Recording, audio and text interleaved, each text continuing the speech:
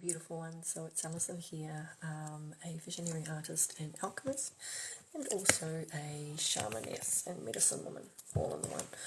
And I'm just going to drop in a couple of times this week to let you know my story about being a medicine woman, shamaness, how I started walking on the path, my journey, and a couple of my favourite kind of experiences and insights that I had. So I started this journey in 2015. I have trained and am training at the Medicine Woman School for Shamanic and Esoteric Studies, which is based in New Zealand, and that is run by the principal Franchelle of Soski Weiber. Now, Franchelle, in collaboration and co-creation with her husband Tony, have created the First Light Flower Essences in New Zealand. It's a huge range and they are amazing flowers, and there are 12 teacher plants that are particularly in relation to the healer, and then there's another 24 teacher plants that are in relation to the shaman or the shamaness. And so that program that I did that started in 2015, it was a 6-month purification program where I worked with the orchids, the mountain grasses and the ferns. And then there was a 12-month process working with the healer plants, and then a 24-month process working with the shamanic plant, teacher plant essences. And so all up it was 3.5 years, sorry. A bit of a long time. And so I can distinctly remember the before me and the after me at various time points along this journey. And the person that I was before was pretty scattered, pretty all over the shop, had a pretty intense monkey mind. I was somebody that was quite flippant and never really could kind of hold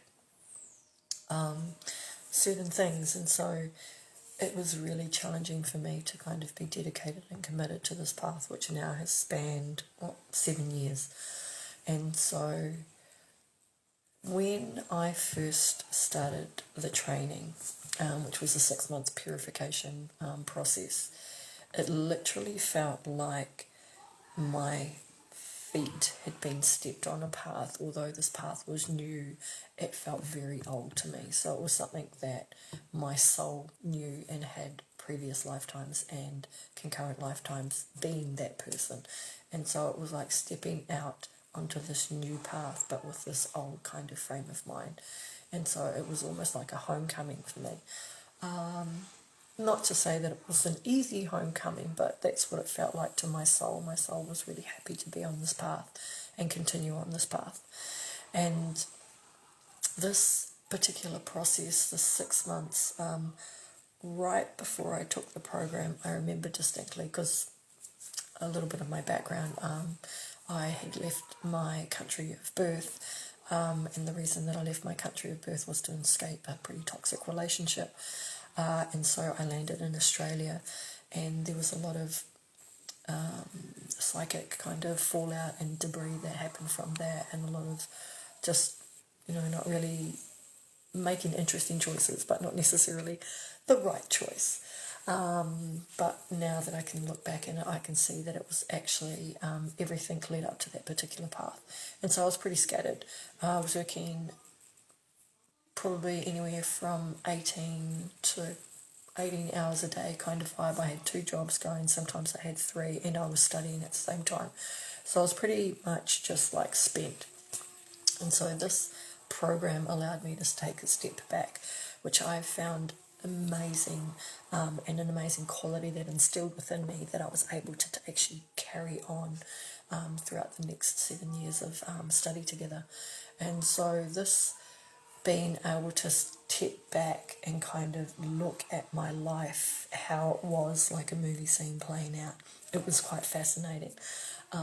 It was also in some places quite heartbreaking, and in other places really joyous and kind of beautiful and amazing and stuff. So there was this amazing kaleidoscope of feelings and thoughts and people and scenes and experiences that were coming into my life.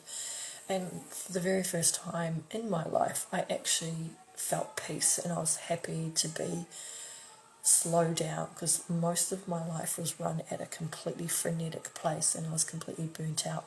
My adrenals were smashed.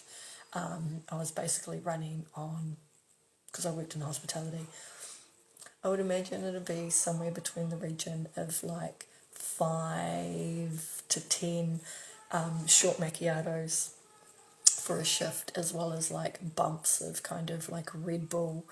I used to have vodka and Red Bull and tequila and Red Bull, just to kind of keep me going, and then, you know, you go out and stuff like that, and then by the time you realise it's daytime, and then you haven't slept and you need to go to work and stuff. So it was a really frenetic, chaotic pace that I was running at, and my body was slowly starting to not deteriorate, but starting to shut down on me.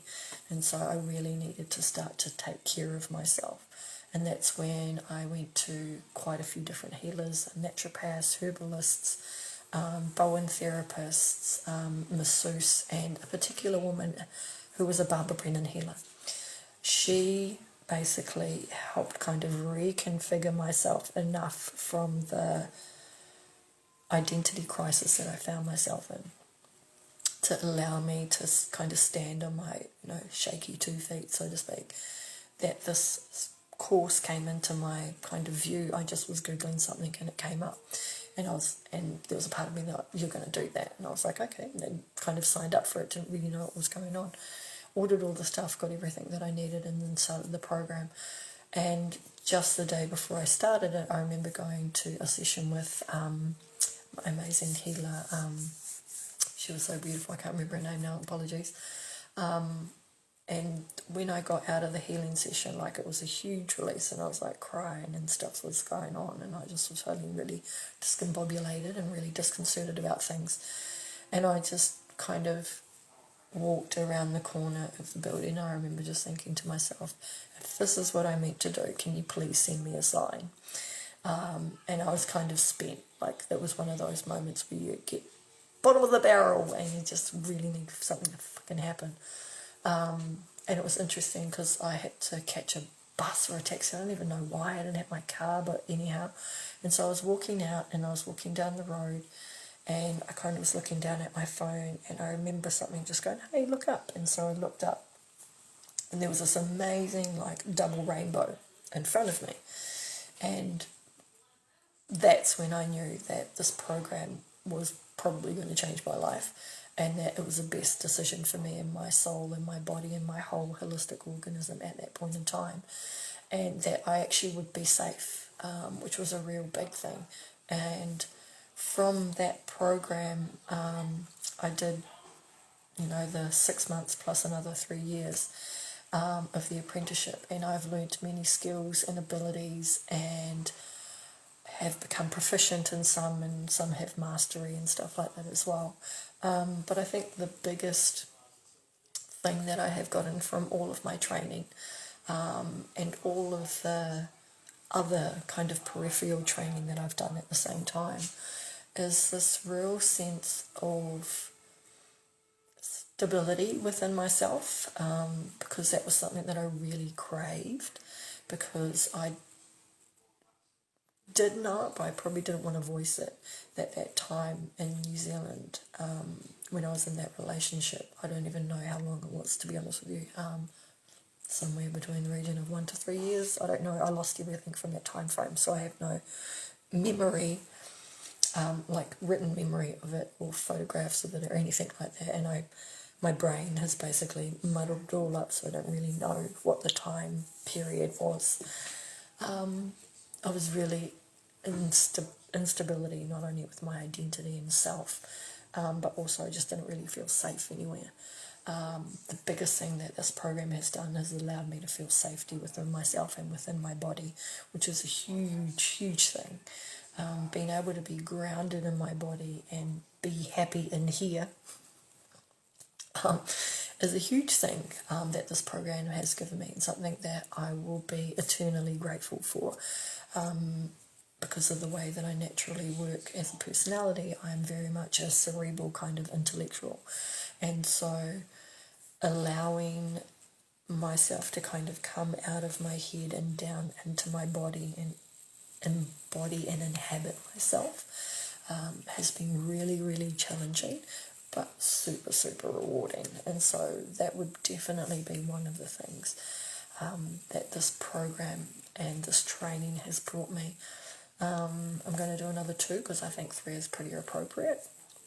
The second thing is it's actually allowed me to have spaciousness, so be able to take that pause in between kind of, action, reaction. So that spaciousness is allowed and gotten longer and longer as I've gotten more committed and dedicated to the path, where I'm actually able to see things now before I react, and I can kind of see them from more of a worldview or a more unified view or more compassionate view, or kindness, because I'm pretty ruthless when it comes to things, and I am very good with my words, and I'm very cutting with my words. So that is something that I've had to learn how to manage. Like, it's not something that I don't not want to have. It's just something that I need to manage so that it's appropriate for the time, the place, the person, the situation, and so forth. But it's not like a constant default reaction that I have. That spaciousness has been amazing. It's allowed peace, it's allowed contentment and fulfillment to reside within that spaciousness, so that I can feel kind of tranquil even though there's a shitstorm going on around me. And that has been amazing, definitely amazing. It's like being in the eye of the storm and watching the maelstrom of kind of the collective and just life around you kind of swirling around you. Don't get me wrong, it's bloody magnetic and it's amazing to watch and it's super alluring, but having the capacity and the ability to be in your own kind of zone, in your own space, in your own standing space, is very, very important in this day and age. And it's something that I totally attribute to working as a medicine woman and shamaness. And the third thing is it's allowed me to have a interconnected relationship with everyone and everything in the world, in the universe, in the galaxy, cosmically. So I can see the way that not only humans are kind of interacting with animals and plants and the river systems and mountains and stuff like that, but I also can see how they interact and communicate with us and how we can expand the relationship that we have with, for example, a waterway. Like where I come from in New Zealand, we don't have a term for ownership. It doesn't exist. We believe in something called kaitiakitanga, which means guardianship. So we kind of are guardians of, people, places, spaces, things within an area. So I belong to a mountain, I belong to a waterway, and I also belong to a physical location where my family were brought up. And so it's not the other way around. It's actually I belong to the mountain, I belong to the water, and there's this kind of reciprocating relationship that we have. Working on this path has allowed me to see that. Has allowed me to see the interconnected nature of everything, especially the way that complexity can happen and potentially form, physical ailments within not only the collective but in the individual.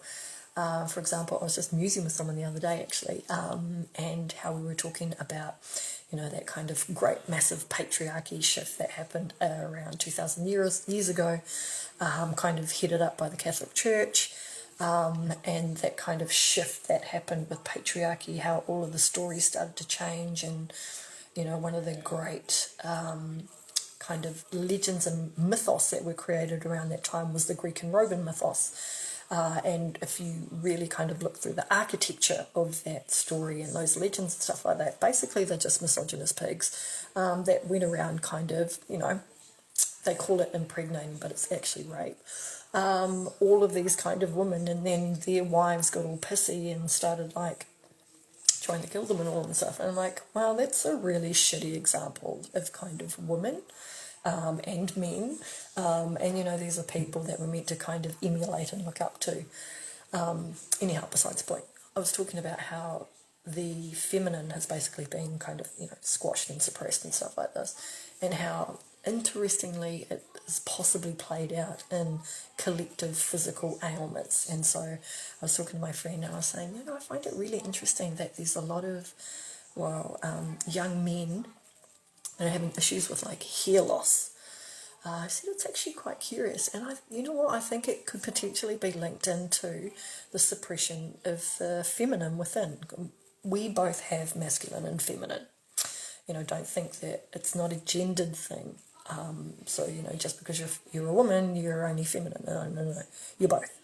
And I was just like, because when you think about women, I guess especially women history and stuff like that, and there's a really sense of womanhood coming from hair, long hair, kind of long tresses and stuff like this. And hair is one of those things that women, when they go through a certain period of their life and they want change, they usually cut all their hair off or dye it or do something like that.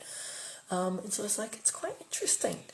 I wonder if it has anything to do with the suppressed feminine within, young men within the collective at the moment. Not to say that this is a generalisation, but I just thought it was really interesting. It's like, hey, because, he's pretty angry, which generally means to me there's no kind of kindness or compassion or gentleness to them. And so there's this real, I guess, response from society for males, especially young males, to be kind of angry young things, and it's just such bollocks. Don't have to be like that, hustling and all this kind of stuff. And because when we think about things, it's not only the repression and the suppression of the feminine that has done damage to women, but also men. Don't forget that. And so I was like, maybe I wonder if that's why it's linked into kind of, young male hair loss. But yeah, that's me. So yeah, that's probably the three things that has really helped me within my life and my journey of essentially finding myself again. That is what this is all done. I've put in the effort, I've put in the work, dedication, commitment, and the ability to be able to kind of look beyond the illusion of the collective. Has helped me to understand and see, I guess, behind the mechanics or behind the veil of what is happening in the world. And it's something that I'm very, very grateful for, and I'm very excited to share my my skills and abilities out into the world, not only as a shamaness, but also as a visionary artist and as an intuitive intelligence trainer. So it's something I'm very, very passionate about, and I really would love for you to drop any questions if you want to ask any questions. I'm feeling like I'm going to go live every night because that's what it feels like at the moment. Just explaining a little bit about my story as a medicine woman and going through my training. I will go through every single teacher plant that I worked with and how I worked with them, and one of the particular insights that I had from the experience of working with them. And so you'll get to know not only the skills and abilities that I've learned, but also the skills and abilities that elements within nature can actually teach us. Everything can teach us something. Even even an ant can teach us something, and a spider, although I don't like to say it, but they do. And so that is my kind of greatest wish at the moment, is just to share my knowledge and my experience and my journey with you. And I really hope you're having an amazing morning, afternoon, night, evening, wherever you are in the world. And I'll connect in with you tomorrow. So Much aloha. Ciao.